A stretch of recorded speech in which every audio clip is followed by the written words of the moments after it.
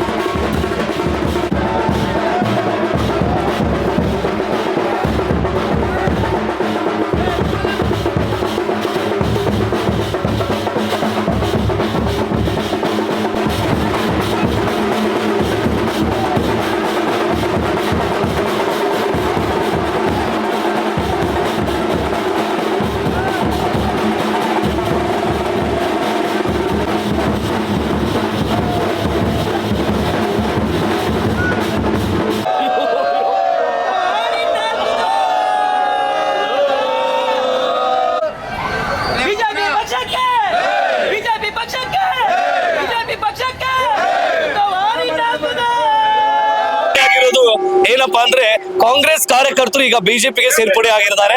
So ಅವ್ರನ್ನ ಅದರ ಮುಖಂಡರು ನಮ್ ಜೊತೆಗಿದ್ದಾರೆ. ಸೊ ಮಾತಾಡಿಸ್ತಾ ಹೋಗೋಣ.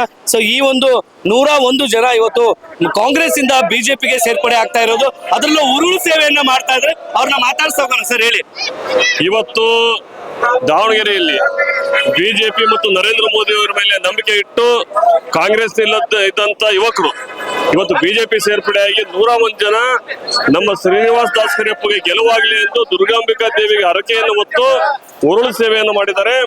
ಈ ರೀತಿಯ ಅಭಿಮಾನಿಗಳಿದ್ದರೆ ಇವತ್ತು ನಮ್ಮ ಬಿಜೆಪಿಗೆ ಗೆಲುವಾಗ್ತಿರೋದು. ತಾಯಿ ದುರ್ಗಾಂಬಿಕಾ ದೇವಿಯ ಆಶೀರ್ವಾದ ಇವತ್ತು ನಮ್ಮ ಬಿಜೆಪಿ ಮೇಲಿದೆ. ತಾಯಿ ದುರ್ಗಾಂಬಿಕಾ ದೇವಿಯ ಆಶೀರ್ವಾದ ಇವತ್ತು ನಮ್ಮ ಶ್ರೀನಿವಾಸ್ ದಾಸ್ ಕರಿಯಪ್ಪ ಮೇಲಿದೆ. ಹಾಗಾಗಿ ಈ ಸಾರಿ ಉಪಚುನಾವಣೆಯಲ್ಲಿ ನಾವು ಗೆಲ್ಲುವುದರಲ್ಲಿ ಯಾವುದೇ ಅನುಮಾನ ಇಲ್ಲ. ಗೆಲುವು ನಮ್ದು ಶತಸಿದ್ಧ. ಸೊ ಯಾಕೆ ಈ ತರ ಸೇರ್ಪಡೆ ಆಗಿರೋದಕ್ಕೆ ಕಾರಣ ಏನು ಸರ್?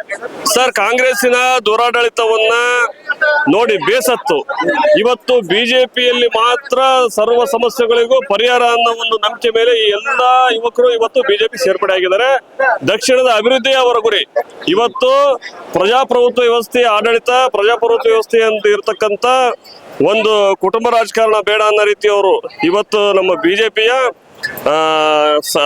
ಸರ್ವ ಅಭಿವೃದ್ಧಿ ವಿಚಾರಗಳು ಸಿದ್ಧಾಂತಗಳನ್ನು ಒಪ್ಪಿಕೊಂಡು ಇವತ್ತು ನಮ್ಮ ಬಿಜೆಪಿ ಇವರೆಲ್ಲರೂ ಸೇರ್ಪಡೆ ಆಗಿದ್ದಾರೆ.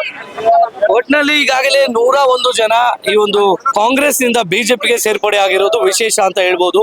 ಬಹುತೇಕವಾಗಿ ಇದಾಗಿತ್ತು ಇವತ್ತಿನ ಅಪ್ಡೇಟ್ಸ್. ಇಂಥ ಅಪ್ಡೇಟ್ಸ್ಗಾಗಿ ಫಾಲೋ ಮಾಡ್ತಾ ಇರಿ. ಇದ್ದ ಸುದ್ದಿನ ಇದಾಗೆ ಹೇಳ್ತೀವಿ ನಾವು.